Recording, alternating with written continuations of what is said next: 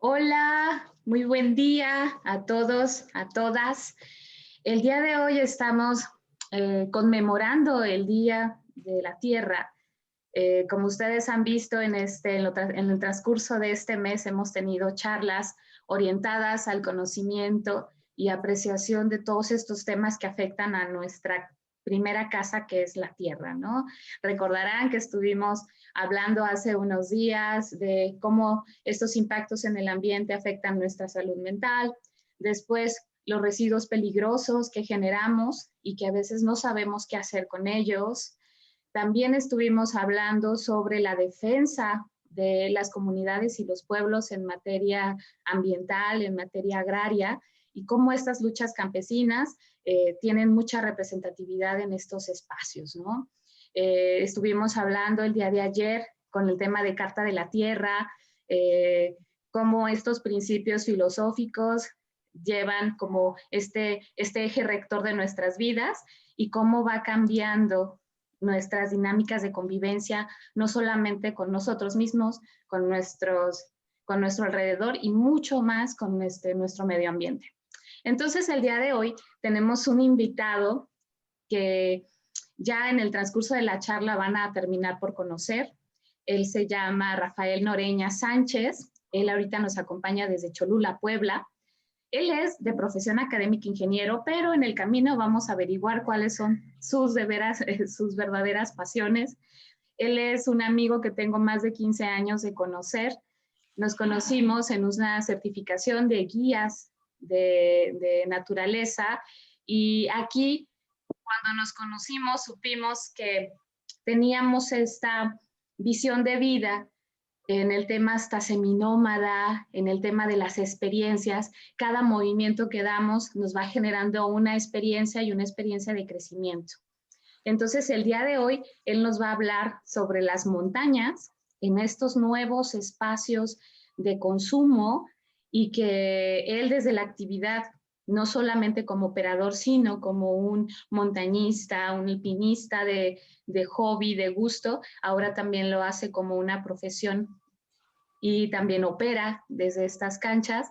Nos va a platicar toda esa experiencia para que nosotros conozcamos qué hay que saber de las montañas, qué les estamos haciendo, cómo las estamos dañando y aún mejor, qué podemos hacer para tener alternativas de conservación y de preservación. Entonces, por lo pronto, bienvenidos a todas y todos los que nos están acompañando desde nuestra plataforma en Zoom y en Facebook. Vamos a estar recibiendo sus comentarios, sus preguntas al ponente y pues por lo pronto comenzamos. Rafa, estamos contigo, estamos listos para compartir y vamos a conversar este día. Muchas gracias por acompañarnos.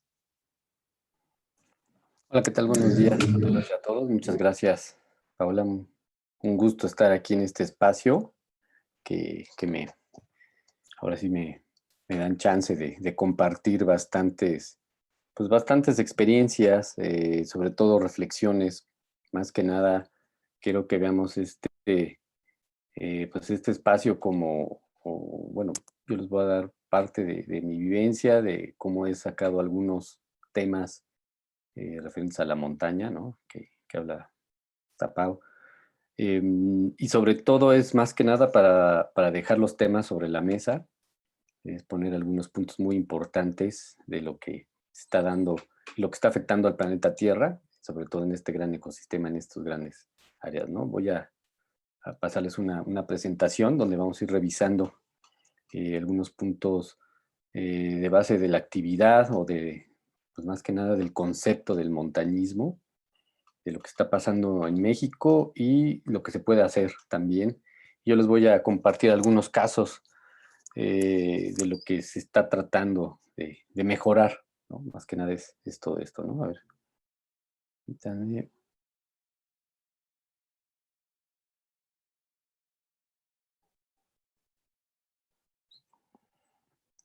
Y bueno, aquí tenemos pues el título, ¿no? Así lo acomodé, lo mencioné como las montañas usan un escenario de consumo.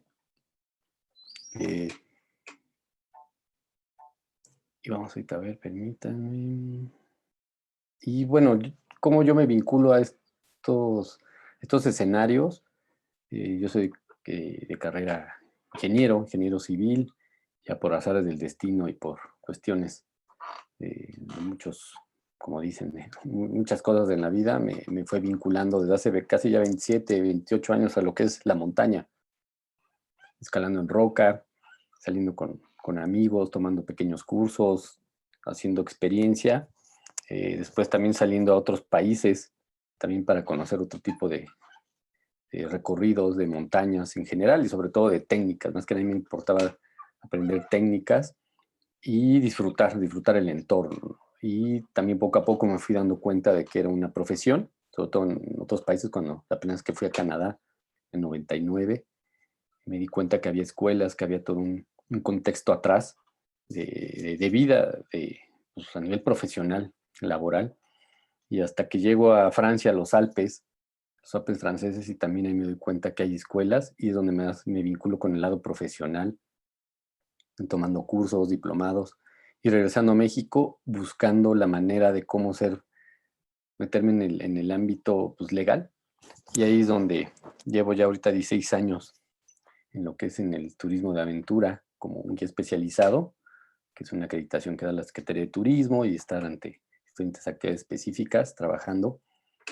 Después ya empecé a colaborar con agencias y ahorita con una agencia muy cercana, que soy socio colaborador, la agencia Tonali Tours, de base en la Ciudad de México, y también me llevó a crear o pasar por una etapa de formarme para yo ser capacitador, para poder entrar en cuestiones de capacitación para una norma oficial mexicana que es la 09 en México, que es la que regula y acredita a todos los guías especializados en turismo naturaleza, bueno, en aventura, y empezar también a interactuar del lado de la capacitación y al mismo tiempo del lado de lo que es la operación, ¿no? Ser operativo en lo que son rutas, en viajes a la medida o de muchos tipos.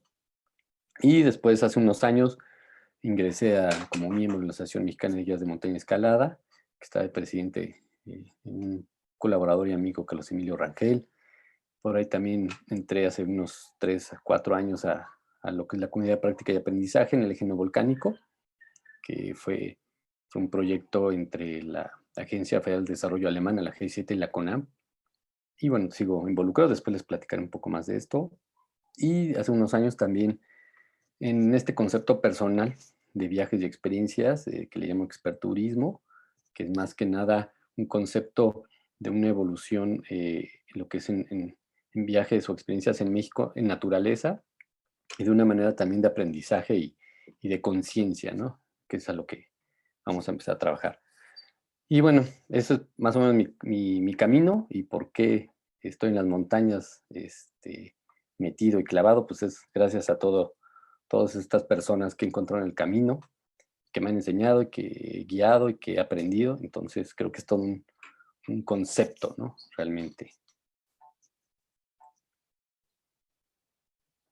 Y bueno, para empezar, en mi plática, algo muy importante es lo que a veces nos preguntamos todos, o muchos, o no sé qué tantos, nos preguntemos en por qué visitamos estos escenarios naturales, estos espacios a veces tan importantes para unos, para otros no tanto. Creo que sí es una pregunta a lo mejor muy personal, muy difícil de contestar, o puede que sea muy trillada, perdón, pero es importante entrar de esta pregunta en general para poder ir a lo particular y poder desarrollar, como dicen, desmenuzar todos estos detalles, estos puntos que nos hacen visitar estos escenarios, ¿no? Creo que en México tenemos bastantes escenarios, después veremos algunos ejemplos. Yo les pongo aquí esta imagen del Parque Nacional Iztapopo, que es la que tengo aquí a la vuelta. Yo radico en esta parte cercana a la ciudad de Puebla, en San Andrés, San Pedro Cholula, y lo tenemos aquí enfrente. Y realmente es una suerte tener un escenario que es un ícono, que es un emblema nacional, y sobre todo lo espectacular que genera, ¿no? Este volcán activo. Y son escenarios, ¿no? Escenarios que nos invitan a verlos. Es algo a veces muy difícil de entender por qué queremos ir a estos lugares.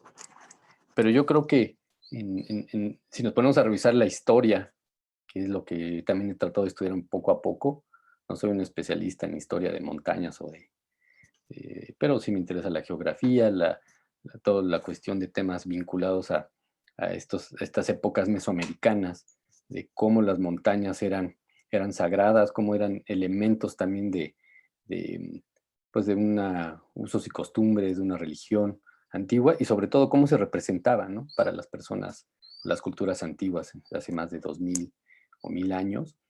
Y algo que me llamó mucho la atención, bueno, fue también este tipo de iconografías, estos frescos, estas representaciones que poco a poco yo también iba entendiendo, iba aprendiendo, estudiando y relacionándolo simplemente con los cerros que yo tenía enfrente, ¿no? En muchas ciudades de México. Y me gusta mucho este mural de Tepantitla en Teotihuacán, uno de los palacios que está en la parte externa, ¿no? Exterior de la Gran Teotihuacán, que imagino que muchos lo han visitado y si no, visítenlo. Este mural del Tlalocan, que es el creador, que tiene un vínculo muy fuerte con los elementos de la naturaleza, sobre todo con la fábrica de agua, ¿no? Recordemos que estas montañas traducidas o llamadas así, fábricas de agua, por este ciclo del agua natural, fueron representados por muchos antiguos y nos podemos ir a muchas literaturas, muchos lugares donde está completamente pues descrito, pero este mural a mí se me hace muy, muy interesante, la interpretación la podemos encontrar en algunos libros y es un ejemplo que queda todavía vivo de esa importancia que le daban los teotihuacanos o la cultura que habitaba en esa ciudad que hoy la conocemos como Teotihuacán, que no sabemos realmente cuál era su nombre en esa época, pero era muy importante, ¿no? Lo que era la creación de los cerros, el vivir cerca de ellos, el estar interactuando, ¿no? Entonces, y si nos vamos a otros países también, podemos encontrar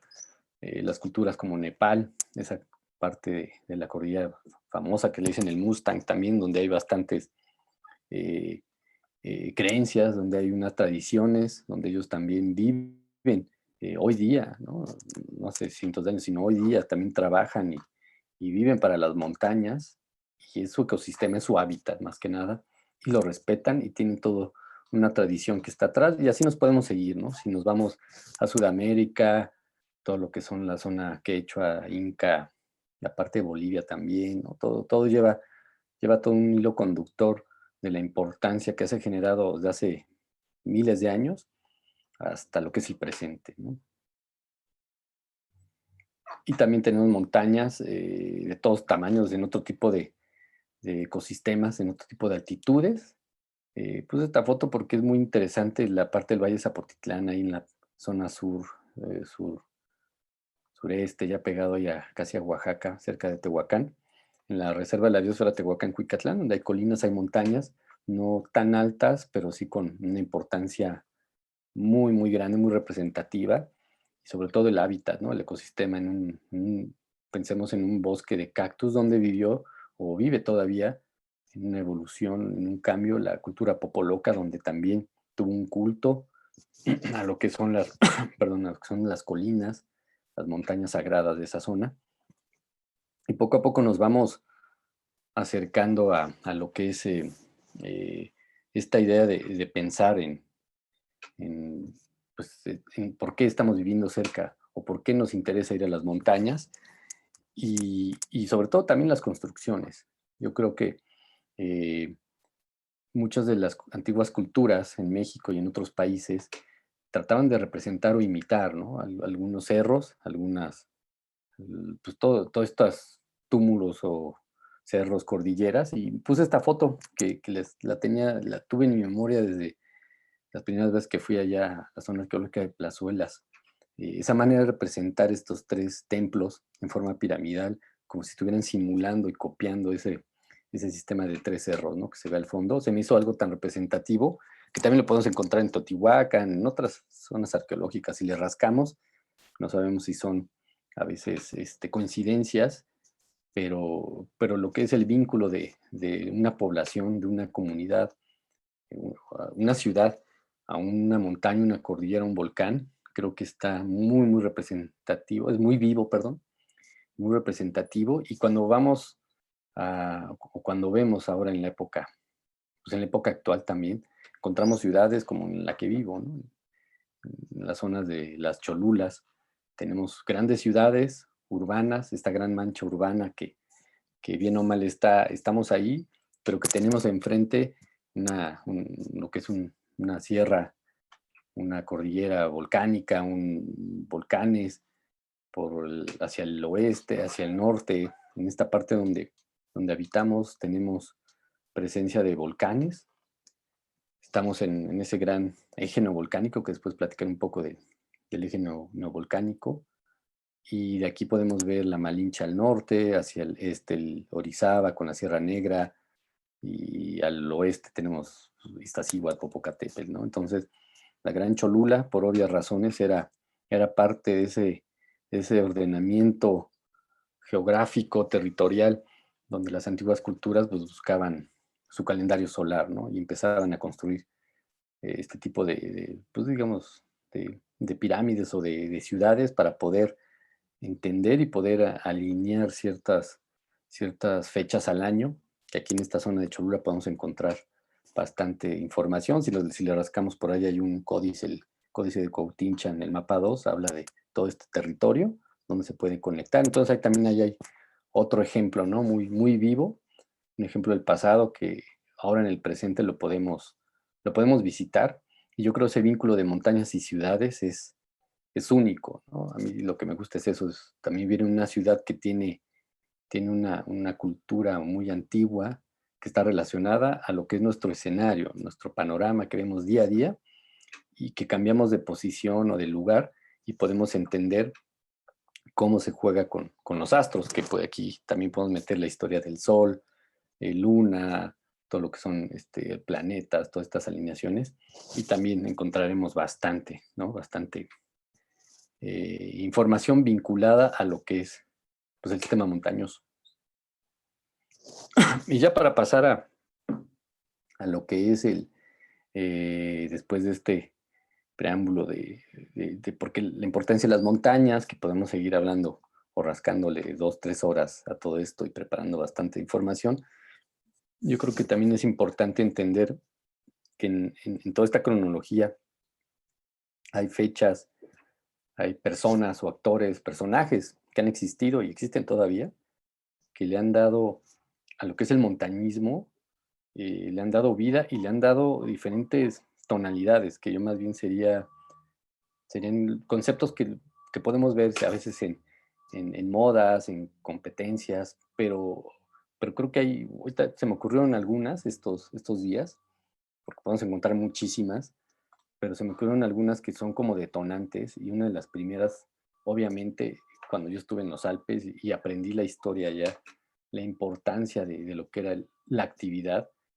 Ese 7 de agosto del 1786, estos dos personajes, Jacques Balmat y Michel Paccard, llegan a la cima del Monte Blanco, ¿no? Por primera vez llegan a ese cerro, a esa montaña con mucha nieve, mucho glaciar, que era mítica. También, eh, como dicen, era una montaña de diablos, era una montaña difícil, mortal, y ellos llegan ese día, y a partir de ese momento, para muchos, es el momento donde empieza realmente el montañismo como actividad, porque a partir de ese día, se empiezan a preguntar muchos cómo subir y empiezan a generar bastantes técnicas, a utilizar y sobre todo a copiar, ¿no? Entonces, creo que es una fecha que debe estar en la historia para todos los que nos dedicamos al montañismo, bien o mal. Es un momento donde se impacta, se dice algo y se hace una acción muy, muy importante. Y este personaje, Jacques Balmat, también es de los que se dedica a generar otro tipo de ascensiones y hacer más con ese sentido de exploración, obviamente, y empezar a impulsar a otro tipo de personajes y sobre todo a la ayuda, ¿no? Entonces, vean que de ahí, bueno, podemos encontrar en muchos libros que hablan de la historia de lo que es el montañismo. Bueno, digamos, en esa parte se denomina alpinismo por cuestión de Alpes, podemos encontrar también como en Sudamérica andinismo, pero yo te manejo el concepto general como montañismo, ¿no?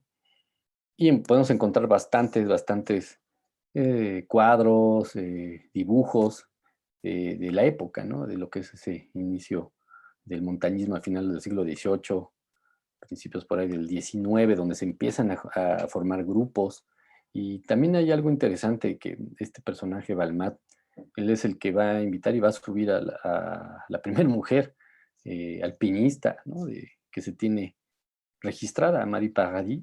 Ella es la primera en subir y unos años después, casi veintitantos años, el 14 de julio de 1808, Marie Paradis llega al Mont Blanc gracias a la ayuda y a la, digamos, a la guiada o al guía de Balmat. Y se cumple también otra fecha muy importante, ¿no? Como en esa época una mujer puede lograr ese gran reto y poderse imponer también, ¿no? A lo que es este mundo que, pues que era muy codiciado por el hombre, ¿no? Entonces también es una fecha que marca en el mundo del montañismo o el alpinismo algo muy importante. Y bueno, de ahí también ya nos podemos ir a, a bastantes, lo que es el siglo XIX, es como un reacomodo en los Alpes entre Francia, Italia, Suiza, hay una competencia y empiezan a surgir las primeras asociaciones o clubes de alpinismo. Por ahí los años 1820-21 surge la primera compañía de guías, que es en Chamonix. Entonces imagínense, tiene 2 siglos, es una compañía de guías donde ha evolucionado, donde se ha gestionado también el concepto de una profesión. eh, entonces, realmente es bastante, ¿no? Bastante tiempo. Y claro, cuando llegamos al siglo XX, que pues, tenemos ahí 2 periodos, sobre todo por las guerras mundiales, donde hay una importante competencia, completamente así, es una competencia por países, de sobre todo poder subir a las montañas, pues a las montañas más altas, ¿no? A los picos más altos en el mundo, los famosos 8000, después de toda esa también explosión de cartógrafos, geógrafos que pasan por el siglo XIX, que están viajando por muchos lados y se empiezan a dar altitudes. Y cuando llega el siglo XX, que se refrendan estas altitudes, se confirman, hay una importancia de poder lograr subirlas, ¿no?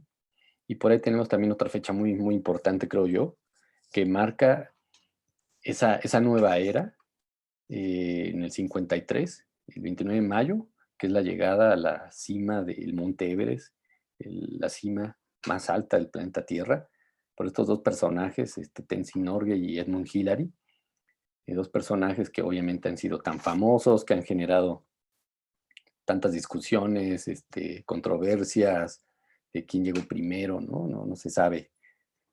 Por ahí hay varias hipótesis o pláticas, no sé, pero creo que esta fecha también es muy importante y marca otra competencia, ¿no? Marca ahora cuáles son los personajes que van a seguir subiendo esos 8000. En el mundo hay 14 cimas a más de 8000 metros. El Monte Everest, obvio, es el más alto, pero de ahí empieza también esta competencia, ¿no? Esta competencia, quiénes son los que se van a preocupar, que se van a organizar, que van a entrenar para empezar a subir en lo que es en los 50, 60, empieza toda esta carrera por bloques, sobre todo países, los más representativos, Alemania, Francia, Italia, Suiza, por ahí también los ingleses, que aunque no tienen montañas altas, pero tienen muy buena técnica y generan también, se quisieron meter a lo que es esta competencia, todo lo que es la comunidad británica, y de ahí también viene otro tipo de países o de nacionalidades como norteamericanos, canadienses, neozelandeses,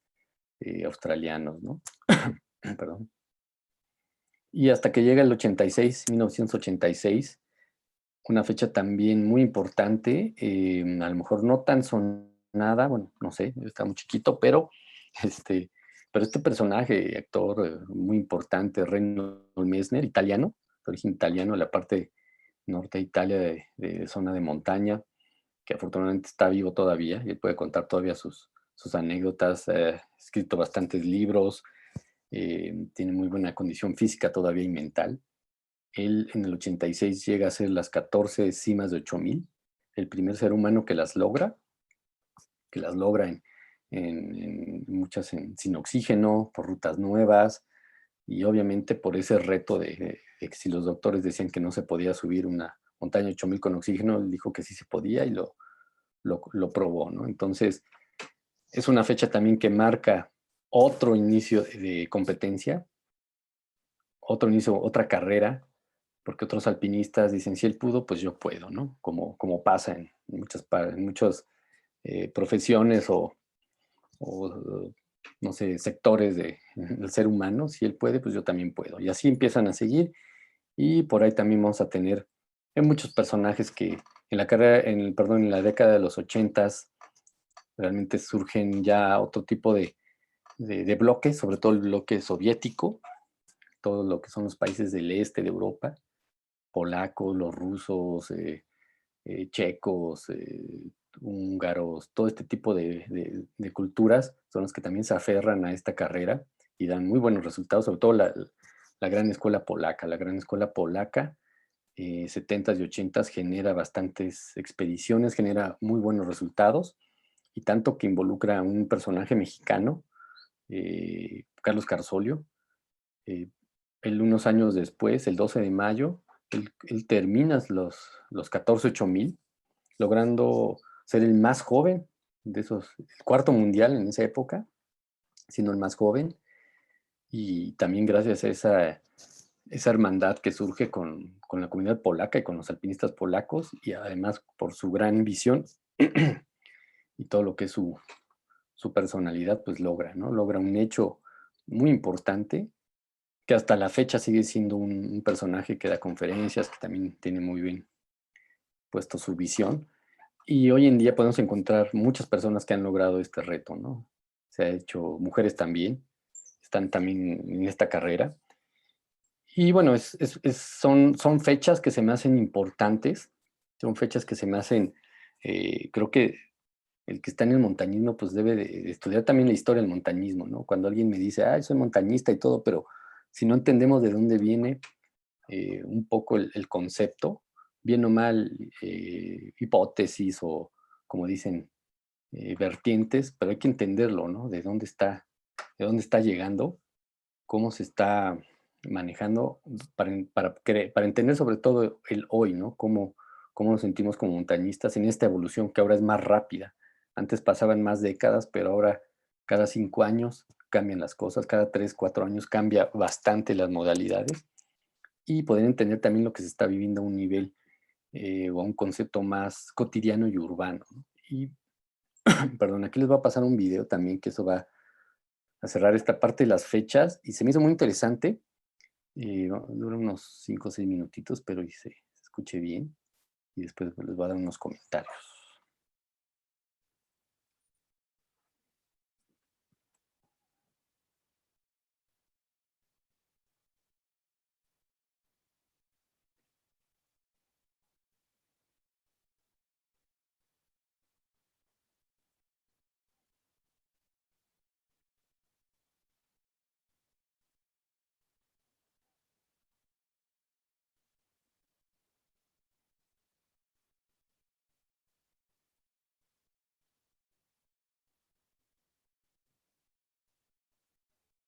Estamos en el punto más alto del país, en el volcán Citlaltépetl, el pico Orizaba, y estamos en una de las regiones más bellas de bosque y de protección de agua. Hasta ahora de las cumbres... Rafa, se escucha bajito. ¿Hay chance que puedas Varias subir? cosas, ¿no? Hay que quitar Ahí, las audífonos. Allá arriba, casi todas las veces que he ido a la ahí cumbre sí. más alta, ver hacia el cráter, que es enorme, y luego todas las nubes que se forman abajo hacia el Golfo de México, la posibilidad de ver al mar, y también la gran belleza que tiene el volcán Sierra Negra o el Atlíntzin que se tiene enfrente. Pues en este sitio he descubierto mi lugar, y a un poco como a calmarme y a tomar con cierto respeto y medida las cosas. El hecho de que sea una montaña en la cual pues las situaciones pueden ser más adversas me han hecho entregarme de una forma pues sí un poco más humilde. la montaña es un espejo y una maestra, que por eso es que a cada quien le da un aprendizaje personal, porque refleja lo que traemos dentro desde fuera. Y entonces regresar a la montaña es súper importante porque nos conecta con diferentes espejos de nosotros. Entonces podemos hasta tocar los sitios más oscuros de nuestra personalidad, hasta como podemos encontrar y enaltecer todas estas partes que nos llevan hacia arriba. Para mí siempre regresar a estos lugares es regresar a la mejor escuela. Y por eso yo siempre regreso con muchísimo gusto, pues, abierto a recibir lo que venga. Antes pensaba que era algo que traía también nada más por ser hijo de montañeros, ¿no? Pero la experiencia cruda de vivir a la montaña creo que me está cambiando todo el tiempo. A mí una de las cosas que más me gusta de salir y de subir a la montaña, y en estos casos de explorar senderos, es repetir los mismos pasos que han repetido generaciones y generaciones de personas. Es una conexión terrenal y palpable con los ancestros y con lo que nos enseñaron. Estar acá, pues ya nada, no solo es para divertirme corriendo o escalando o lo que sea, sino también es porque quiero hacer algo para que sigan siendo estos lugares bellos, estar ahí para su regeneración y que los que vienen las puedan ver igual o más bellas que como nos tocaron a nosotros. Por eso es que estoy también intentando compartir el mensaje desde diferentes medios y de diferentes formas, ¿no?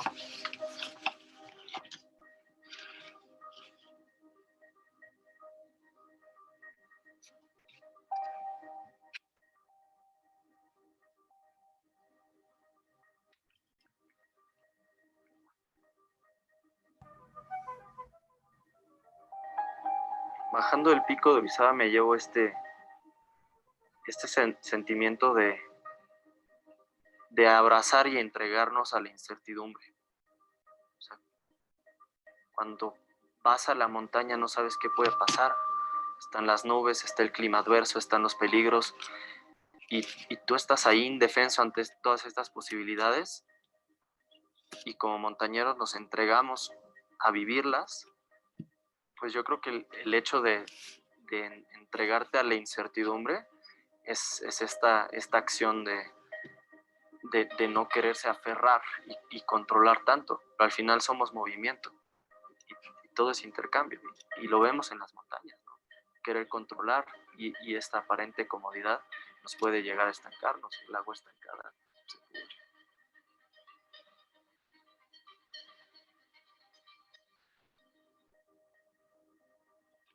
Soy Santiago Carsolio y soy corredor de montaña.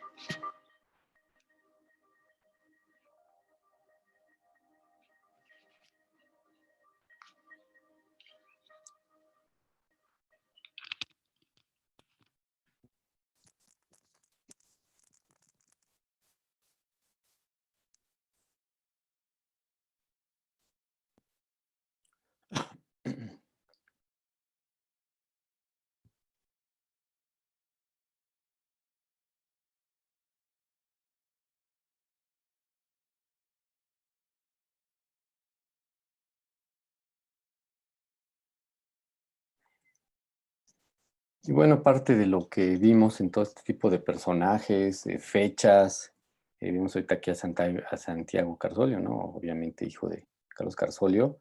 Pues se me hizo muy interesante, eh, ¿cómo decir? Parte de obviamente su guión está muy, muy metido en esto por cuestiones de padres.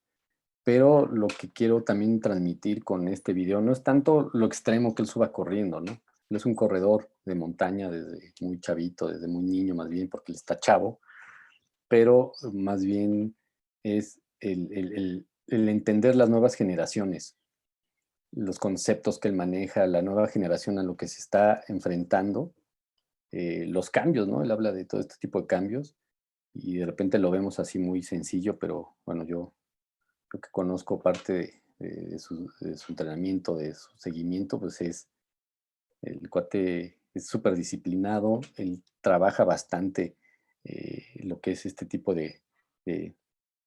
pues de generar objetivos. Y yo creo que en muchos personajes que hemos visto en estas fechas, y claro, no nombré más fechas, pero ese concepto de innovar, la innovación, sí es muy importante.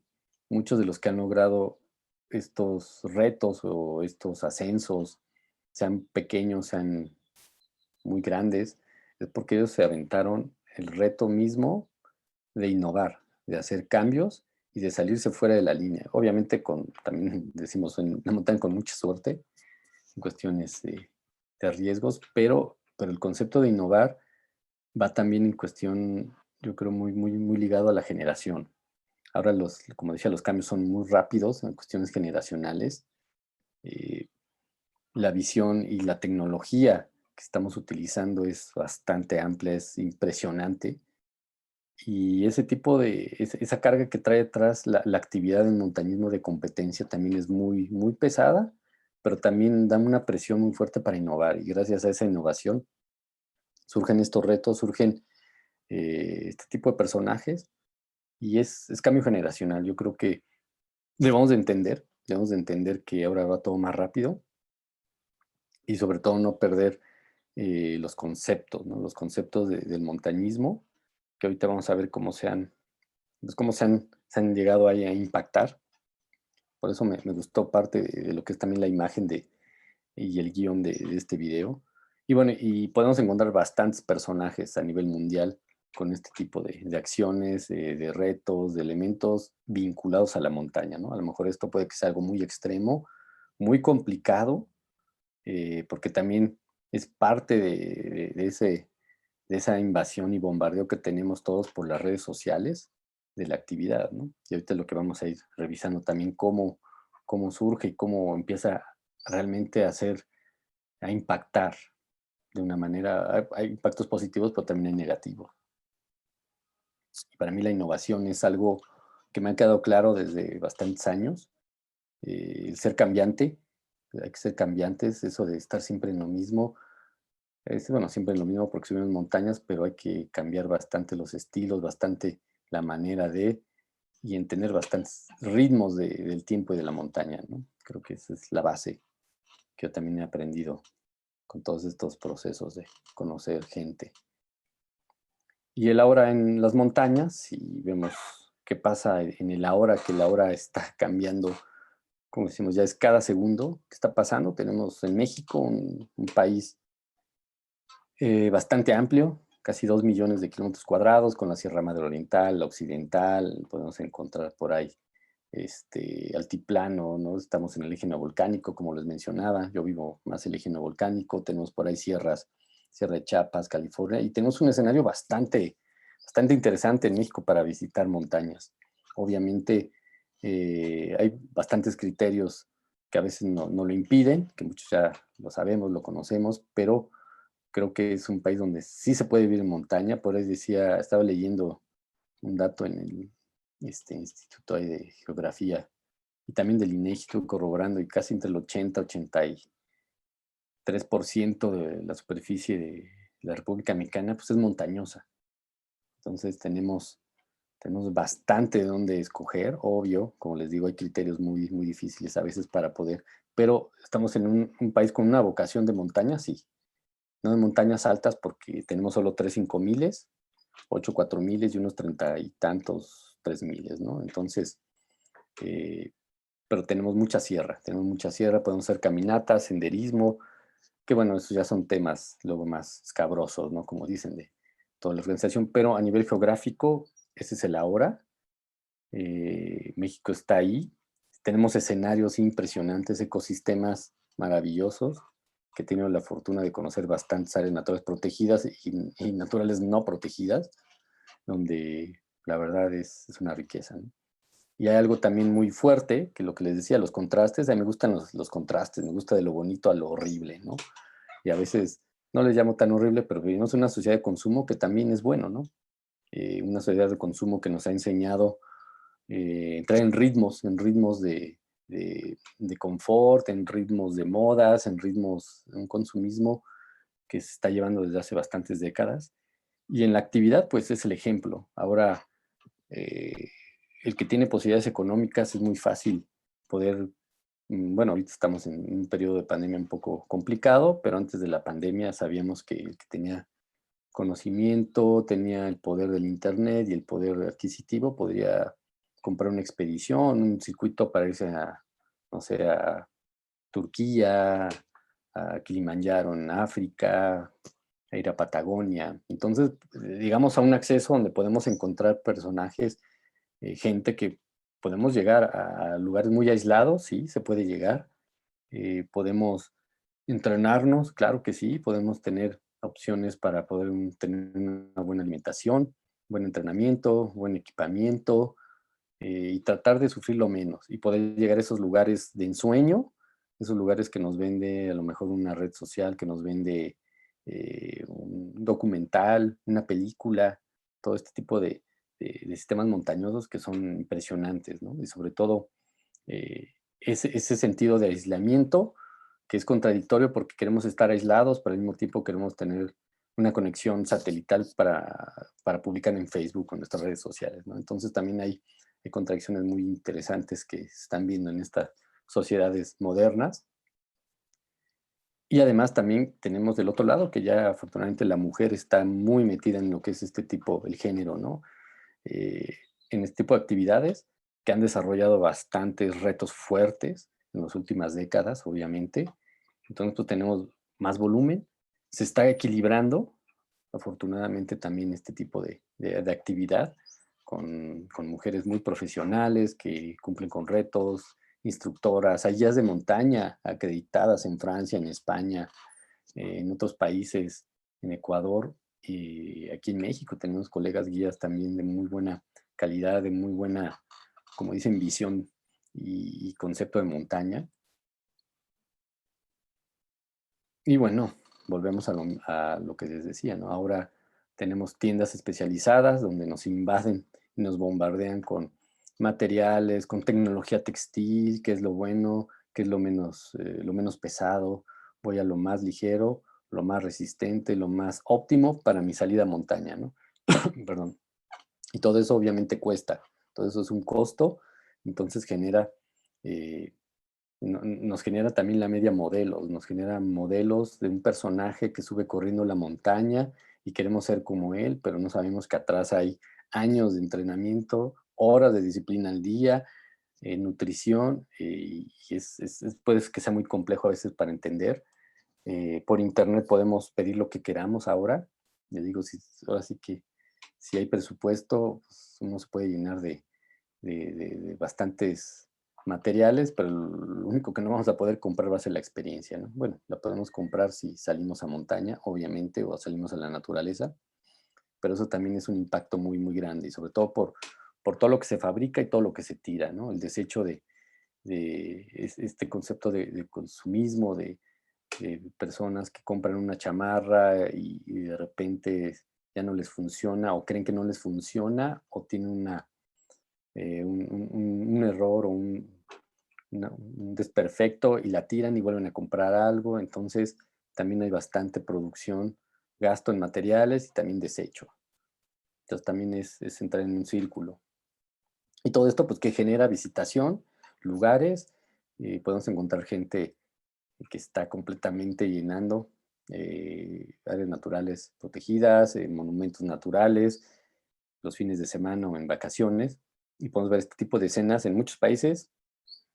Podemos ver en lo que pasó hace algunos años en el Monte Everest, el famoso Monte Everest, que en el 53 lo suben por primera vez estos dos personajes, y llegar a esto, ¿no? Hacer la larga fila para llegar a la cumbre en una zona de altitud súper expuesta, con condiciones de frío muy rudas y condiciones de cansancio horribles, ¿no? Entonces puede ser un matadero, sí. Pero veamos, pues ahí estamos. Las montañas se siguen visitando. Hace algunos años también en montañas de México, que las cosas han cambiado afortunadamente, empiezan a cambiar. Pero bueno, esto se podía ver hace años, ¿no? En estas montañas tipo Nuevo Toluca, donde entraba la gente, entran los niños, suben a la abuelita, todo este tipo de visita. Muy, muy clásica verla, ¿no? Y a veces se nos hace ya, en esas épocas, hace 3, 4 años, se nos hacía hasta normal. A mucha gente se le hace normal, ¿no? y todo por un sueño, por un ideal de llegar a ver a veces el elemento de la nieve, que eso también pasa mucho en México. La gente, en muchas de mis salidas, cuando yo oferto caminatas a media montaña, me preguntan si van a ver, si hay nieve, ¿no? Esa también es una pregunta muy clásica, si hay nieve, si van a poder ver la nieve o tocarla, ¿no? Entonces también hay parte de ese idealismo, ¿no? De querer subir de una manera pronta, rápida, sin tanto esfuerzo, y pues solo es ir a ver la nieve o a ver estos escenarios. Hay de todo, ¿no? Como sabemos en este tipo de... Y algo también algo que nos pega, pues llega lo que es la etapa del COVID, llega la pandemia, que es obvio, estamos en un proceso de nueva realidad, de adaptación, ¿no? De resiliencia, todos esos conceptos que queramos utilizar. Estamos ahí tratando de sobrevivir, de ver qué pasa, y yo creo que fue un momento muy importante de las pocas cosas que se ha dado con esto, es una reorganización, yo le llamo, ¿no? Yo le llamo unas reacciones, ¿no? Porque ya llevábamos acciones en un pasado cercano, acciones que se estaban dando en este tipo de escenarios en México, sobre todo, ¿no? Si voy puntualmente a lo que es a donde yo vivo y donde yo trabajo y me desenvuelvo, y ahora hay reacciones que se van dando entre dispersas, algunas tienen que ser rápidas, algunas sin tanto dinero, algunas organizadas, otras no, pero hay reacciones. Yo creo que todos nos vamos acomodando, los sectores en la sociedad, las instituciones, creo. Y algo que se me hizo muy interesante y que les voy a compartir en este tipo de reacciones, que yo las veo positivas. Obviamente empezamos por el cierre de áreas naturales y todo este tipo de cuestiones. Criticadas o no, digo, eso es otro tema, no voy a meter en ese tipo de temas, pero pues, se tuvieron que dar ciertos cierres por cuestiones de miedos, por cuestiones de no saber qué hacer, no sé, pero pues, se dan.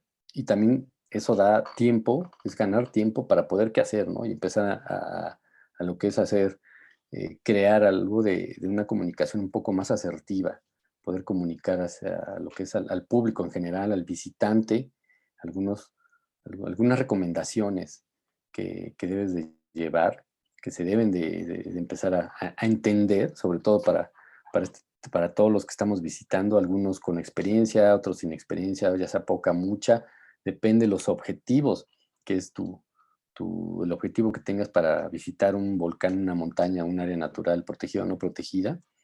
Y afortunadamente se han dado algunas respuestas, creo, positivas para mí. Perdón. Se empezó también a tratar de involucrar más a los prestadores de servicios turísticos, como yo, con muchos amigos, de empezar a interactuar con este tipo de áreas naturales protegidas, de saber qué hacer. Entre ellos mismos empiezan capacitaciones, se dan proyectos de mejora y sobre todo de respuesta para poder reaperturar. Y bueno, yo más que nada estoy más involucrado en el área del Parque Nacional Iztapopo, Xochiapan, que es el que tengo aquí a la vuelta, donde se hizo. Ahorita estamos en la segunda reapertura porque tuvo una en noviembre, diciembre, después se cerró oficialmente por semáforo rojo y se reaperturó el 6 de marzo, ya con algunas reglas ya más puntuales que bien o mal han servido pues de entrada, como yo les digo a muchos, el pretexto ahorita es el COVID, pero para mí es muy bien que se ha poder parar por un tiempo todas estas visitaciones a estos lugares y poder reorganizarse, que ellos platiquen y sobre todo que pues, tomen en cuenta a los prestadores o a los montañistas que estamos yendo seguido para ver qué pensamos, porque a veces también las autoridades siempre toman decisiones, casi siempre, no todas, afortunadamente. Y afortunadamente ya hay un cambio también generacional, que es muy importante. Otra vez ese cambio generacional que tiene que pasar, duela a quien le duela, pero pues, los jóvenes vienen atrás y tienen que llegar con nuevas ideas y sobre todo abrir diálogos, ¿no? Antes, yo en mis 27 años, en los últimos 4 o 5 años es la primera vez que tengo diálogo con los directores de áreas naturales protegidas de una manera realmente positiva, ¿no? Antes había encuentros, pero no había un acercamiento y no se llegaban a acciones realmente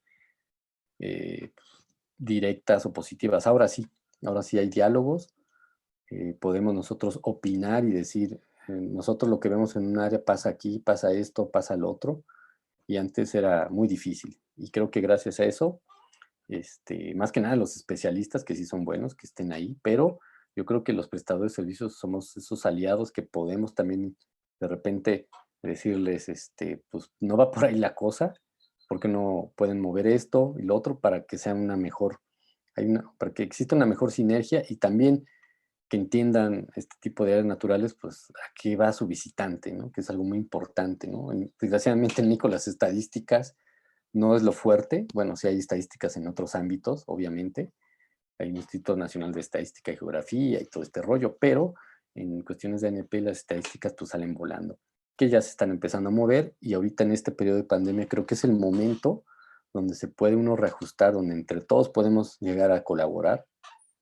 Y creo que aquí esta parte de la apertura de este parque nacional ha sido positiva. Ahorita al momento sí tienen por ahí pues ya tienen una idea de cómo se ha parado. Antes de la pandemia, pues entraba, no sé, 300, 500 personas que iban a la parte alta o media alta, cimas, y ahora ya se está restringiendo y sobre todo que hay un control, ¿no? Ya hay un registro un poquito más estricto y ojalá, para mí, mi reto y el reto para las autoridades es que no se quede así, que en 2 o 3 años se mejore, ¿no? Yo creo que sí se tiene que mejorar y para llegar a un punto donde realmente haya un modelo muy importante en México en este tipo de lugares y sobre todo que también nosotros como visitantes, no importa el objetivo que tengamos, entendamos que sí hay un reglamento, ¿no? Y sobre todo que hay lugares máximos diarios, como cuando vas a un hotel, cuando vas a un lugar donde solo hay un cine que solo hay 300 asientos, pues aquí solo hay 140, ¿no? Por día o 150, no sé. Pero creo que sí debemos de entender eso. Es parte del reto, ¿no? Y también otra parte de lo que son eh, estas reacciones, parte como yo he estado ahí invitado, he estado colaborando con una comunidad de práctica y aprendizaje del eje no volcánico ya hace algunos años, se ha logrado entender ciertas problemáticas en este gran región centro eje no volcánico por CONAM. Y hay varios personajes que estamos involucrados de todo un poco, yo creo, de varias profesiones, y eso es lo importante, que debe haber una diversidad para que podamos nosotros dar ideas, porque más que nada es lograr esa lluvia de ideas y esos elementos positivos para que los directores, para que la gente institucional empiece a entender y nosotros apoyarlo. Yo le llamo más apoyo más que reclamo, ¿no? No caer en por qué no hacen esto, por qué no hacen lo otro, sino más bien apoyarlo nosotros con lo que podamos. Obviamente, si alguien puede apoyar con una idea, con un formato, con una dinámica, se da, ¿no? Más que nada es lo que estamos trabajando. Y en esta comunidad de práctica aprendizaje en el eje no volcánico, pues tenemos ese objetivo general, ¿no? De consolidar esta red, porque es una gran red que es muy difícil vincularla, muy difícil tejerla y sobre todo organizarla ahorita. Ese es parte del reto, ya llevamos 2 años, pero ahorita se creó un núcleo y estamos en lo que es en esta pues, apoyo y colaboración multidisciplinaria, como les estaba comentando, ¿no? Para que todo el objetivo es llegar a esas buenas prácticas socioambientales y preservación del patrimonio biocultural. Creo que es una acción que puede ser muy compleja, pero tampoco es imposible. Y son de esas reacciones que se tienen que hacer ya y se tienen que estar replicando y tratar de que podamos participar, ¿no? A veces yo sé que no se puede participar todo el tiempo, pero sí tratar de generar esto, ¿no? Entonces ahí está esta comunidad de práctica de aprendizaje donde me han invitado a participar y bueno, es parte también de las reacciones que quiero compartir, que se están dando y tenemos mucho por hacer y colaborar, sí, bastante. Yo creo que cada quien entre sus grupos, en parte de su profesión, podemos estar trabajando, podemos estar dando, ahora sí que aliarnos para poder mejorar todo pues este impacto que se ha generado, que también no lo podemos quitar de un día para otro, y todos impactamos, Yo consumo montañas, obviamente, por eso era el tema, ¿no? Es un objeto, es un escenario de consumo, sí, claro, yo vivo de eso también. Entonces, obviamente, pues yo estoy más involucrado y yo tengo más responsabilidad para poder generar acciones o reacciones y sobre todo mejoras. Entonces, todos los que crean en ese ámbito urbano que el ir a un área natural protegida o un volcán a buscar nieve puede ser un ideal, puede que sea muy romántico también, y es un derecho de todos. Yo creo que todos tenemos derecho de tener un poco más de aire limpio y de esparcimiento y de contacto con la naturaleza. Eso es un derecho que tenemos, pero también tenemos una obligación de llegar a un lugar donde hay reglamentos y entenderlos, y sobre todo, pues es ese bien común y esa responsabilidad, que eso ha faltado bastante en México. Y yo creo que sí es un gran trabajo de cultura de montaña que no tenemos en México. En México, para mí, no hay una cultura de montaña. El sector es muy pequeño. No somos Alpes, no somos Pirineos, Andes. Nos falta bastante porque es algo muy nuevo. Para mí esto de la masificación de volcanes llegó por ahí de hace unos 5 o 6 años. Es una moda, no sabemos todavía por qué. Bueno, sí, hay por ahí algunos indicadores. En las grandes ciudades, pues la falta de espacios verdes, la falta también de bosques, ¿no? La falta de la comprensión del concepto de la gente sale a un parque, pero sale a recrearse o sale a qué. Entonces, creo que hay mucho para trabajar en el fondo. Y bueno, también problemas de salud y todo lo que hemos estado escuchando y que nos bombardean a cada rato, ¿no? Desde hace años. Entonces, creo que es muy importante. Yo nada, les doy algunas recomendaciones para los que quieren comenzar en el montañismo. Son 7 puntos, hay muy puntuales. Podemos encontrar más, podemos sacar desmembrar ahí muchos subpuntos, pero el que va a la montaña, sea baja, media, alta, cualquier estación del año, sea en otro país, tenemos que entender esto, ¿no? Tenemos que entender la naturaleza con sus riesgos, tenemos que entender nuestro cuerpo, saber que tenemos que llevar una buena condición física y de salud. Obviamente, la idea es que la montaña se abra a todo tipo de personas por ese goce y por ese esparcimiento y sobre todo por esa visión de ver escenarios. Y bueno, por ahí hay otros puntos, ¿no? Que es muy puntuales. Y el último que se me hace también muy interesante, que la montaña se aprende poco a poco, ¿no? La experiencia. Ya cuando hay gente que quiere dedicarle más tiempo, quiere dedicarle más como amateur o deportista, pues es la experiencia, ¿no? No es salir 5 veces, 10, es salir 40, 50 veces al año, ¿no? Yo lo que veo con muchos de mis colegas y amigos, estamos saliendo al año, ¿no? Cuando alguien me dice que es montañista o guía de montaña y solo va 10 veces al año a guiar a un volcán alto o medio, pues sí, me deja, pues el año tiene 365 días y solo estás interactuando con el hábitat, con el ecosistema o el escenario 10, 20, hay que salir 100, 180 si se puede, ¿no? Bueno, esa es mi percepción, es muy personal y también de mi grupo de guías que luego tenemos, pero así es, así debe ser. La montaña para mí es ruda, no hay montaña, una montaña puede ser muy tranquila, muy bonita, pero yo la veo como lugares, escenarios de riesgo y escenarios fuertes, es como el mar, ¿no? El mar puede ser muy bonito, pero también es muy fuerte y así es la montaña. Yo así lo vivo y así lo entiendo, ¿no? No hay de otra. Puede ser muy tajante, pero pues así es. Y les comento, les comparto esto. También algunas conclusiones que luego hemos platicado con mis compañeros, sobre todo con algunos amigos que me inspiraron para entrar al tema. Tengo ahí un amigo muy cercano, Fernando Briones, que después les dejaré el link de su artículo que habla del tema. Realmente fue un tema que me lo compartió y que lo hemos platicado y también con otros amigos de hace 20 y tantos años y de los de ahora también, ¿no? Todos somos consumidores de experiencia, obviamente, porque, como les decía, es una obligación del ser humano. Necesitamos salir a la naturaleza y ahora por obvias razones en este tipo de estados de pandemia más, pero pues creo que hay que hacerlo con responsabilidad. Por eso les puse la frase de la libertad de las montañas, para mí ya es un poco trillada. Eso ya se quedó en los 70s, 80s, cuando estos personajes como Messner, como Kukushka, todo este tipo de 8000eros, como decimos, sí, estaban en un rollo, pero muy filosófico, que también es bonita la frase, ¿no?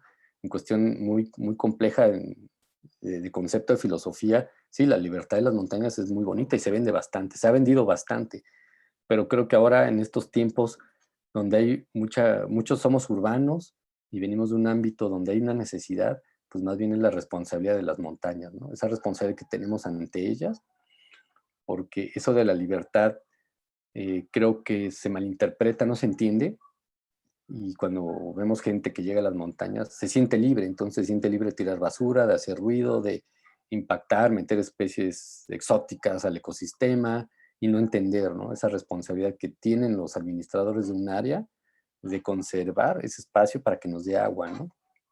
No se fijaron, pero ayer fue declarado en el Iztaccíhuatl, fue la declaración de la extinción del glaciar Ayoloco, ¿no? Entonces, claro, desde el 2018 ya está extinto, ¿no? Nada más que ahora se aprovechó por el Día de la Tierra y todo este concepto y tristemente, pues es un glaciar que me tocó escalar, me tocó aprender como a mucha gente que a lo mejor me oye o amigos, y sabíamos que se iba a extinguir. O sea, también desde hace 10 años sabemos, y sabemos que se van a extinguir los otros, el que está en la parte del pecho, no sabemos cuándo, pero sabemos que es parte de un cambio.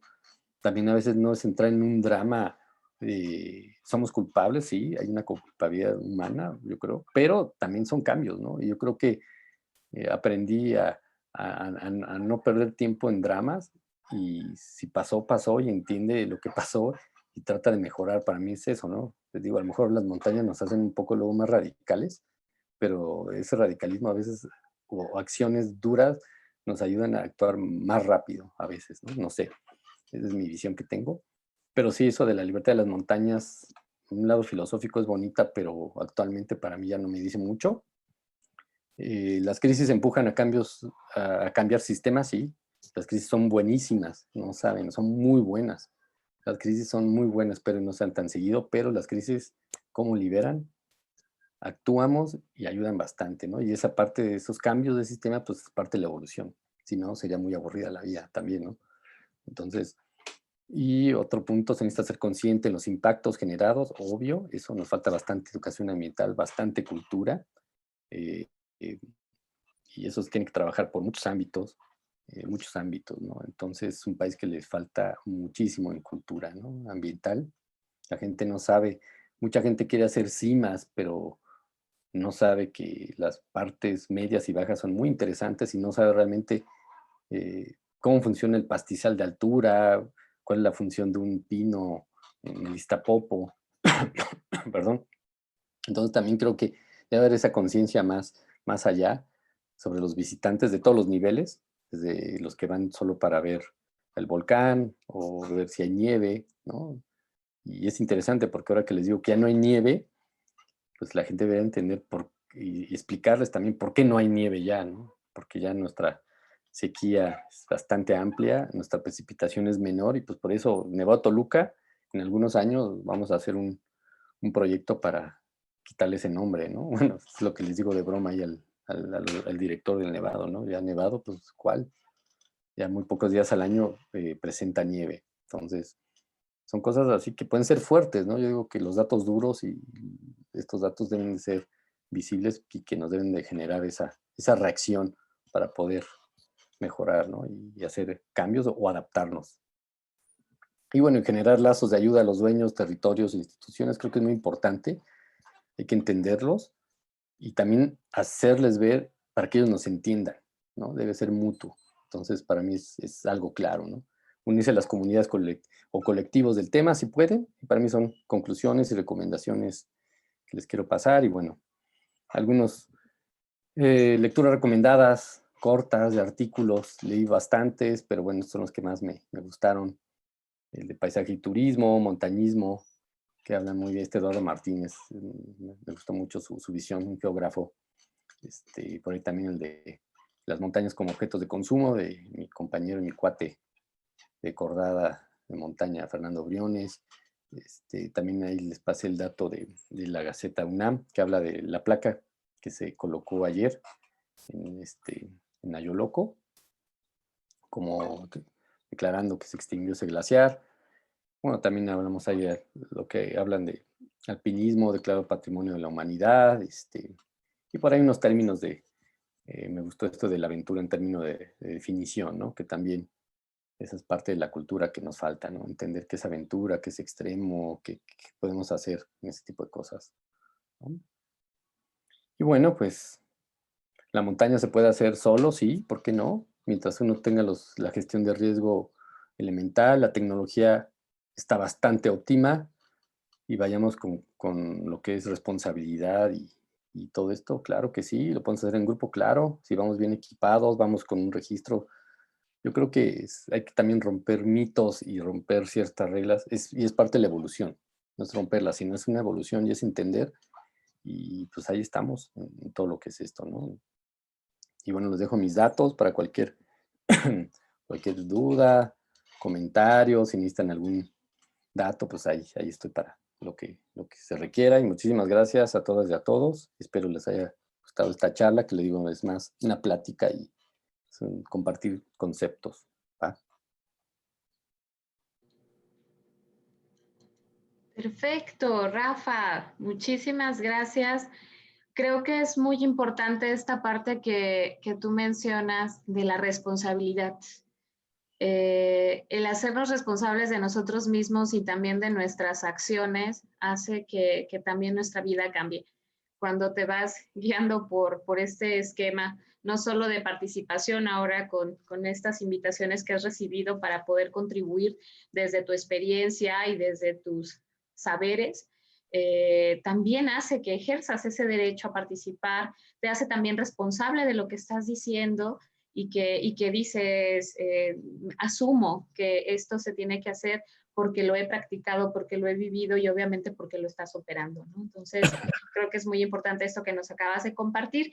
Vamos a pedirle a quien quiera participar desde nuestra plataforma en Zoom que por favor levante la manita si quiere hacer alguna intervención, mientras te voy dando todas las intervenciones que tenemos en Facebook para que vayas checando. Hay algunas preguntas que creo que en el transcurso de la charla se fueron respondiendo, pero igual te las voy a mencionar.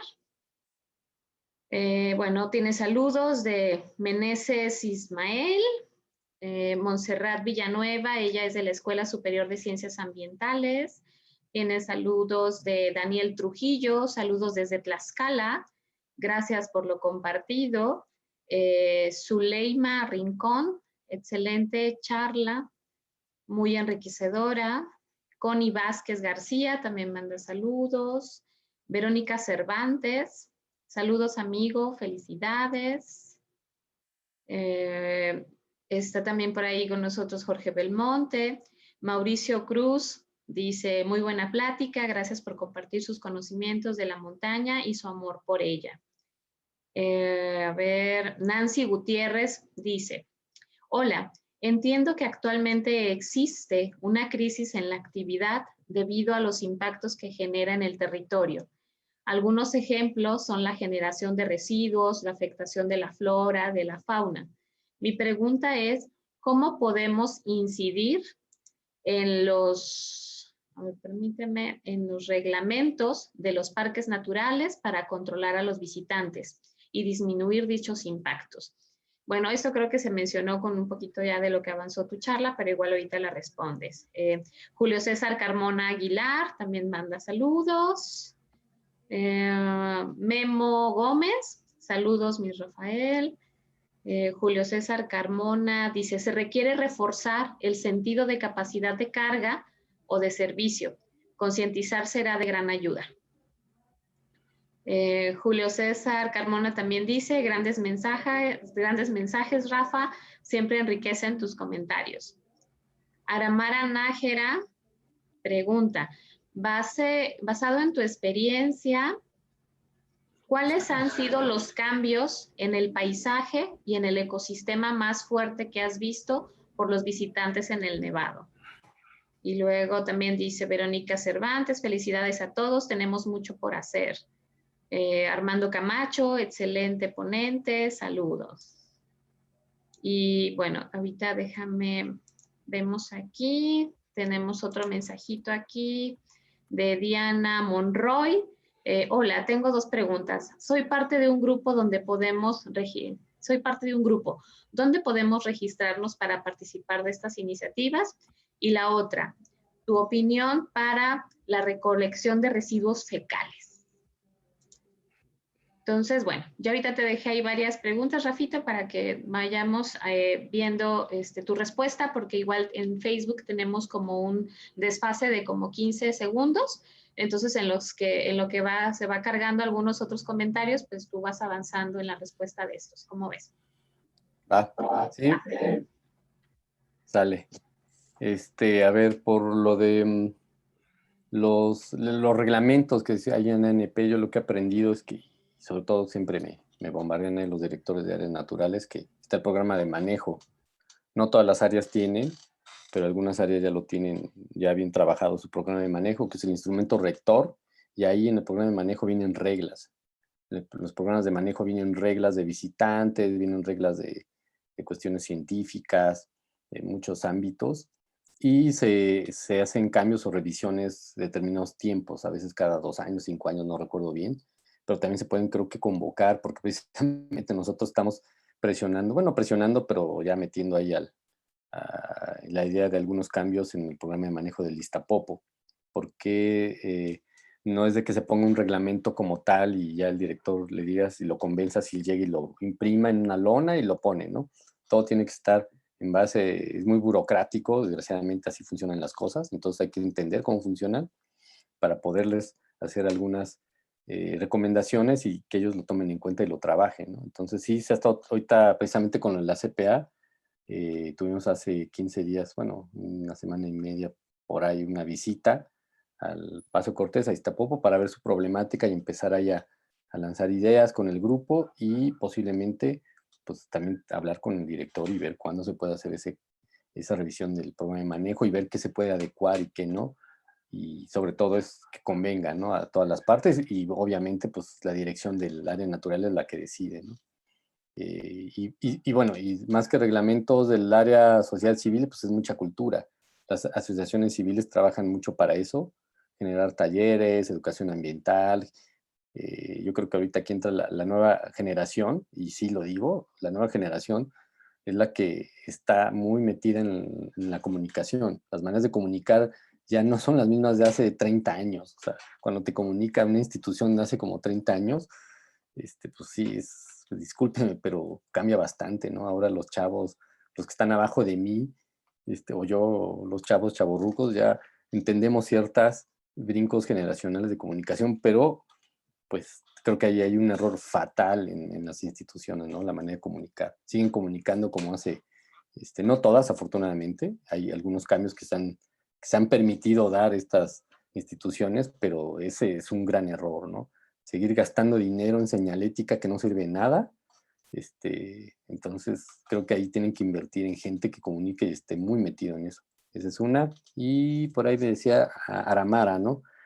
¿Qué cambios de paisajes he visto en el Nuevo Toluca con este impacto? Obviamente las brechas. Las brechas, en una de las fotos que puse, donde se ve la gente que entra al cráter, pues esas brechas, esos senderos, obviamente es por esa erosión de la compactación de que entramos, obviamente la gente se va 1 metro a un lado, medio metro, y después de 1,000, 2,000 personas se van haciendo más anchos. La vegetación alrededor de las lagunas se ha perdido. Yo tuve el chance de entrar ahora en invierno, por una chamba que tuvimos con Mario para ver unos puntos ahí de Mario Castañeda, el director del área, perdón, Nuevo Toluca, y sí noté, yo después de año y medio, más bien sí, como año o 2 meses que no ha habido, justo antes de la pandemia fue Nuevo Toluca, y entré diciembre y fue así como, sí vi más musgo, vi más flores, y ellos mismos me dijeron, los del área, que había presencia de cuervos, de coyotes ya dentro del parque, pero a nivel paisajístico, más vegetación, y se está recuperando estas huellas, estos senderos, obvio, hay una recuperación en lo que es el suelo y en la vegetación. Entonces, y otro cambio, pues la nieve, ¿no? Como les digo, no sé si tengan la estadística ahí en la dirección de Nuevo Toluca, pero los días que se presentan de nieve al año, obviamente son menores. Hace 10 años había nevadas muy marcadas por eso llegaba la gran masa, porque ya sabían o solo decían que iba a entrar un frente frío en las noticias y que iba, hasta ya decían, va a nevar en las partes altas alrededor de la Ciudad de México, y pues la gente se iba, ¿no? Y ahora el escenario, el que tenemos, esa vista, pues ahora es sin nieve, pues les digo, ya vamos a cambiarle de nombre, ¿no? Ya eso de nevado ya va a quedar atrás, desgraciadamente, pero pues sí, eso es lo que he visto. No sé si se me ha ido por ahí otra pregunta, a ver.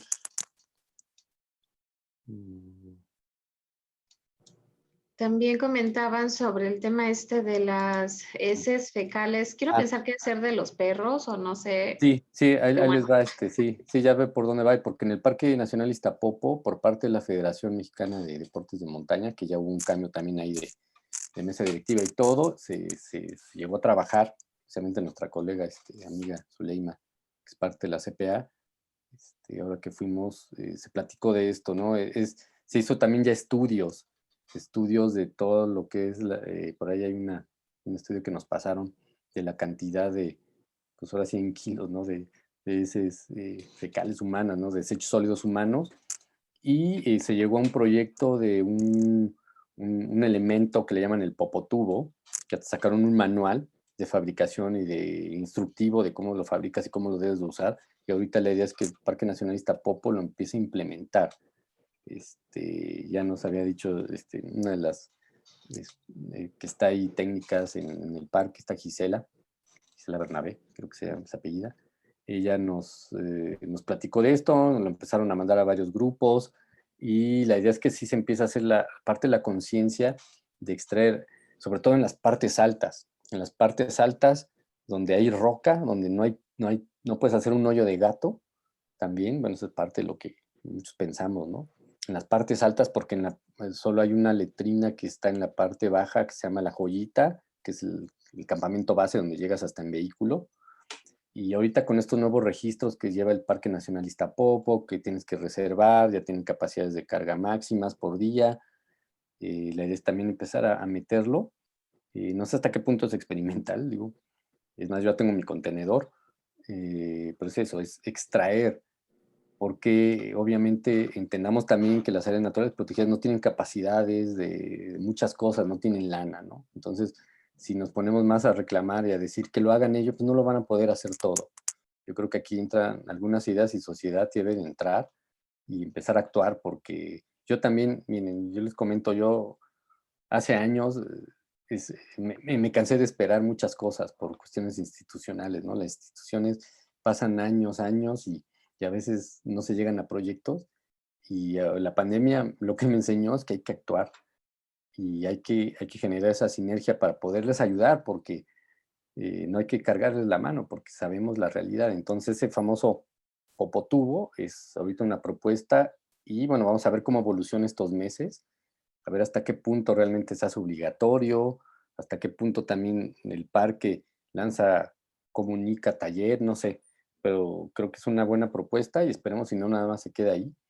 Además ya se venía presionando bastantes grupos de montañistas. Yo lo vi eso en Canadá, sé que también en Alaska, otros compañeros lo vieron en otros países, en Colombia lo tienen, ese tipo de conceptos de extraer, ¿no? Entonces, creo que no es nuevo, ¿no? A lo mejor para aquí es así como el choque y nuevo, pero pues eso existe desde hace 30 años, 20 años en otros países, en parques nacionales, y creo que es una buena medida.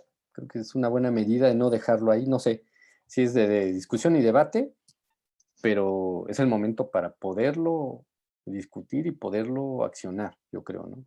Y es en el Parque Nacional Iztapopo, que es donde están ahorita metiendo. Ahí debo tener el PDF, sino que me contacten y les puedo mandar el PDF donde viene todo este proyecto. Y bueno, pues ahí está abierto también, ¿no?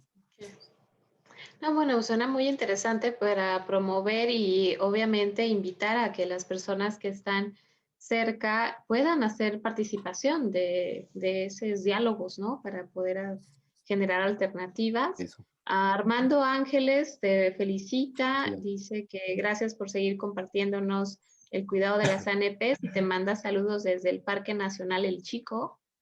Bien. Lupita Flores, muy interesante saber cómo proteger las áreas naturales. Aquí en Zoom tenemos a Jorge Belmonte. No sé, Jorge, si quieres abrir tu micrófono y decirle la pregunta a Rafa o Claro que bueno, sí, vi que ya viste. claro que sí, Pau. Qué gusto de verte, qué Bienvenido. gusto de escucharte. Siempre has sido una gran amiga. Espero que nos veamos pronto en Así va a forma ser. presencial. ¿Sí? Rafa, pues Bueno, qué yo- gusto de verte de nuevo, ¿no? Ahí Gracias, estamos. gracias. Esta pandemia nos ha distanciado un poquitín en muchas cosas, pero qué gusto de verte. Gracias, mi George. Oye, Rafita, bueno, una pregunta y tú lo sabes bien. Sí, hay mucho trabajo que realizar en la cuestión, digámoslo así, política de la administración de las áreas naturales protegidas, sobre todo en estos sitios escénicos tan importantes para México y para la actividad turística de lo que es el montañismo, en el eje neovolcánico especialmente. Y la pregunta es directa, ¿no? Si hay mucho trabajo por hacer, la regulación es sumamente importante y para mí la regulación es una de las mejores estrategias para atenderlas efectivamente es desarrollar esa cultura turística que tú bien lo comentaste. No hay cultura del turismo de montaña y una de las mejores maneras de hacerlo es a través de adherir eh, personas que apoyen este contexto de la regulación y qué mejor que los guías de turistas de montaña como tú. ¿Qué opinas? ¿Realmente la acreditación de un guía en cumplimiento a las normas correspondientes para acreditarse como tales sirve para entrar a esta cuestión de la regulación?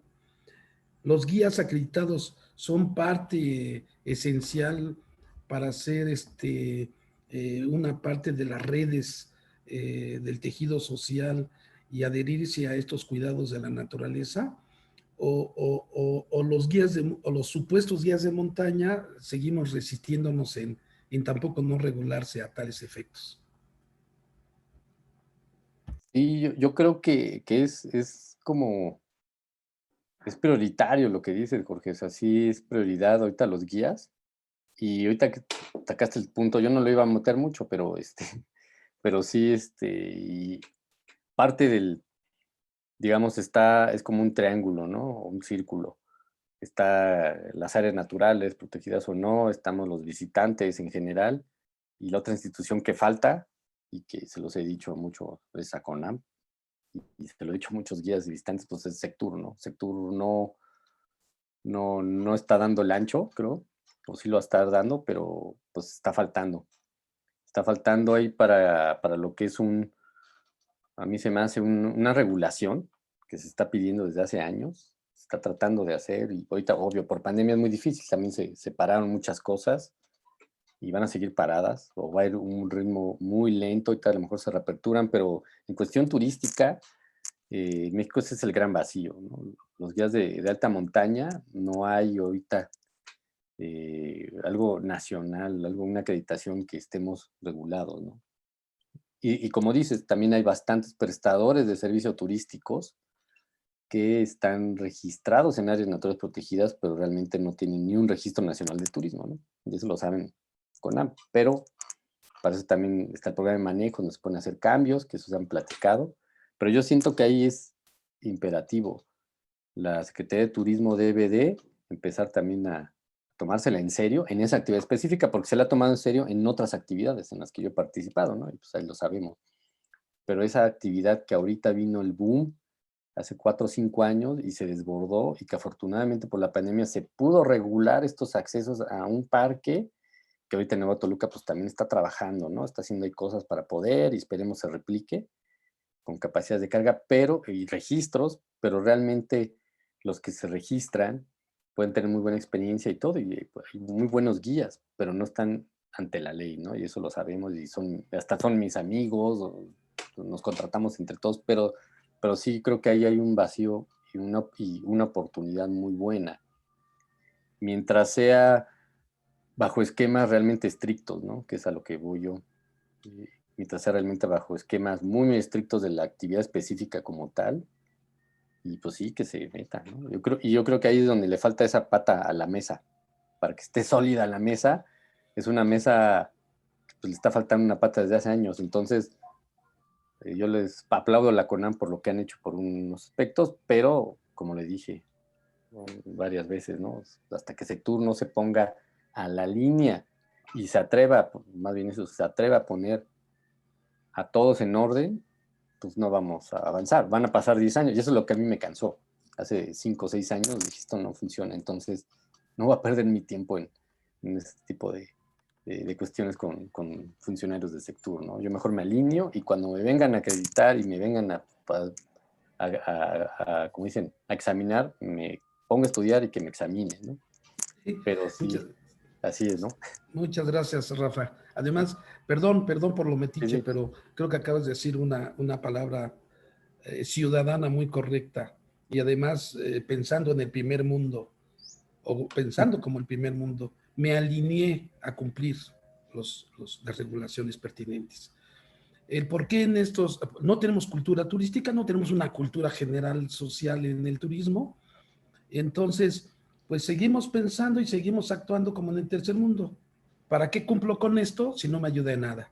Yo creo que tú eres un fiel ejemplo de que acreditarte como guía, eres una persona que se suma a estos cuidados del medio ambiente, a un turismo más regulado, más consciente, ambientalmente más responsable, que es lo que necesitamos.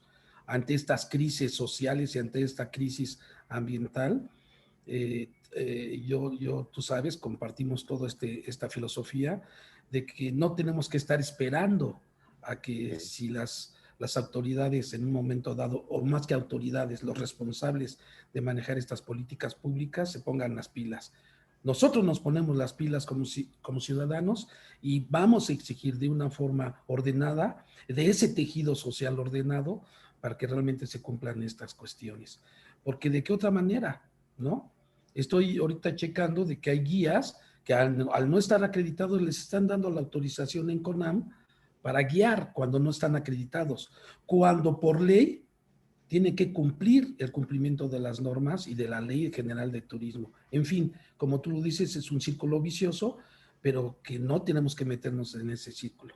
Entonces, qué gusto de que Paola, gracias porque estos espacios, gracias Rafa, porque estos espacios nos permiten compartir el sentir y siempre ese sentimiento viendo hacia adelante, ¿no? Y estoy seguro que muchos de los que están participando seguramente se llevarán esa inquietud de que necesitamos fundamentar e impulsar la cultura turística responsable, porque las herramientas legales ahí están, ¿sí?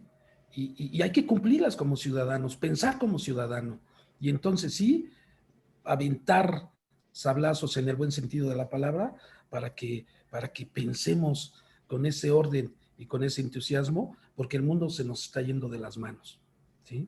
Apenas acabo de leer la circunstancia del problema del agua a nivel nacional y de verdad, qué espanto.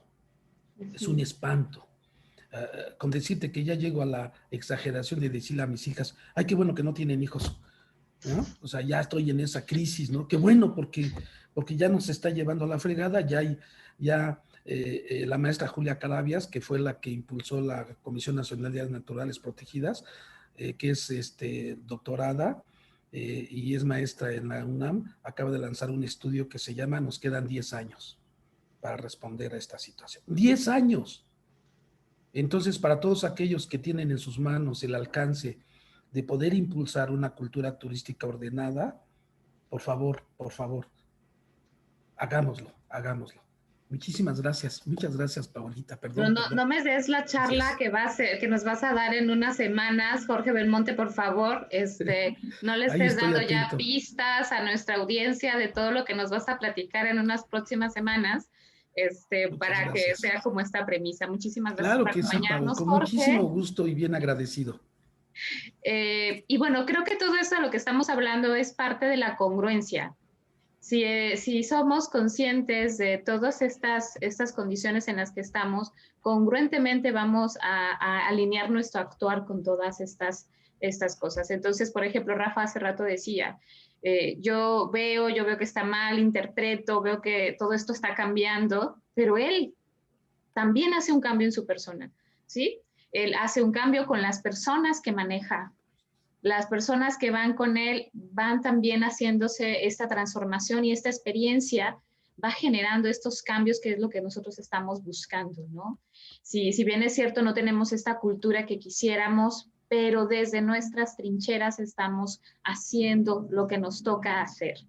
Y bueno, a decirles a quienes son parte de algún área natural protegida que se acerquen a sus consejos asesores.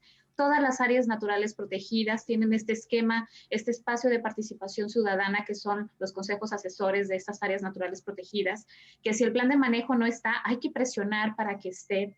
Normal, en la ley viene que cada 5 años hay que estarle dando actualización a estos planes de manejo. Entonces es solamente recordarle a esta autoridad que tiene que hacerlo. Y nosotros somos aliados de ellos. Los ciudadanos y las organizaciones somos aliados de este grosor gubernamental, que si bien es cierto, es burocrático, es lo que tú quieras, pero nosotros somos ese enlace con la ciudadanía. Somos ese vínculo que tienen para estarse apoyando con nosotros y poder trabajar y que esto salga lo más rápido que se pueda para tratar de evitar muchas cosas. En este tema, como ustedes ya se dieron cuenta, es muy importante el tema de seguridad. No hay que ascender a estos, está bien que no tenemos los 8,000, pero tenemos los 5,000, que alguien que no está acostumbrado a una altura de ese tipo y que se quiere envalentonar porque se acaba de ir un mes a hacer caminatas, no es suficiente. Que se tiene que acercar de gente profesional, sí. Que se tiene que capacitar muy bien también. Porque lo primero, o sea, lo principal es mantener tu vida a salvo y obviamente a la gente que va contigo, que va acompañándote. Entonces, vamos a pugnar porque este tema de seguridad sea una de las cosas más importantes y evidentemente a saber cómo es el espacio a donde vamos, conocer en dónde estamos, leer, porque esta actividad también termina siendo un profesionalismo. Leemos y sabemos mucho de dónde estamos, aunque sea la primera vez que llegamos a ese sitio. Entonces, esta preparación previa es muy importante y bueno, muchísimas gracias a Rafa. No sé si tienes alguna intervención final, Rafa, para ya poderle dar cierre. Ya no tengo más intervenciones en Facebook ni en ahorita en Zoom. Dejado yo otra revisada por si alguien se me escapa. Julio César Carmona ya lo había mencionado. El COVID generó un retroceso, dice Fabiana Romano, el COVID generó un retroceso o una modificación para el desarrollo del montañismo.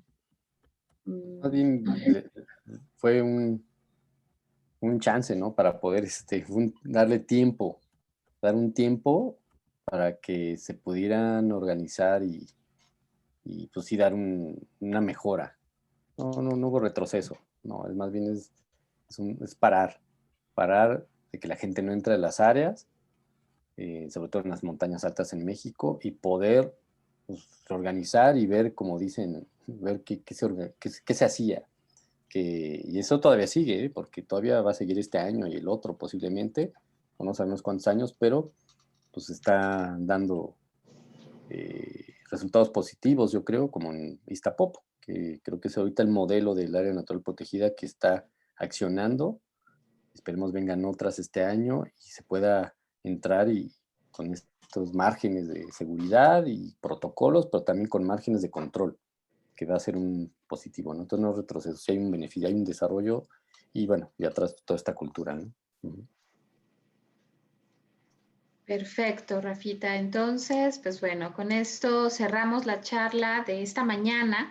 Recordarles que el día de hoy a las 7 de la noche, de hora centro, 6 de la tarde, hora Tepic y parte del Pacífico, tenemos la charla con Ariana Peña, que nos va a hablar sobre las mujeres guardianas de la tierra. Entonces, con ella cerramos este ciclo del día de hoy en el marco del Día de la Tierra y pues todavía tenemos algunas charlas programadas para este mes de abril para que sigan ahí nuestro cartel en Ecologízate al 100 y pues bueno, muchísimas gracias a todos, a todas por esta participación.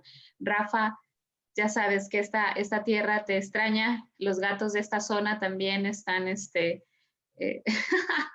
la papalota y toda la costa de Nayarit, sabes que te extraña mucho y pues bueno, cuando podamos vernos en físico, dijera Jorge Belmonte, pues bueno, nos va a dar mucho gusto. Por lo pronto, estas virtualidades nos acercan Y bueno, agradecerles a todos, muchísimas gracias. Y a ti, Rafa, muchas gracias por todo esto. Muchas gracias, Pau. Y sí, esperemos ir a corretar gatos por allá a la papalota. Gracias a todas y a todos. Y bueno, cualquier duda y comentario, ahí estamos. Muchísimas gracias. Que tengan buen día.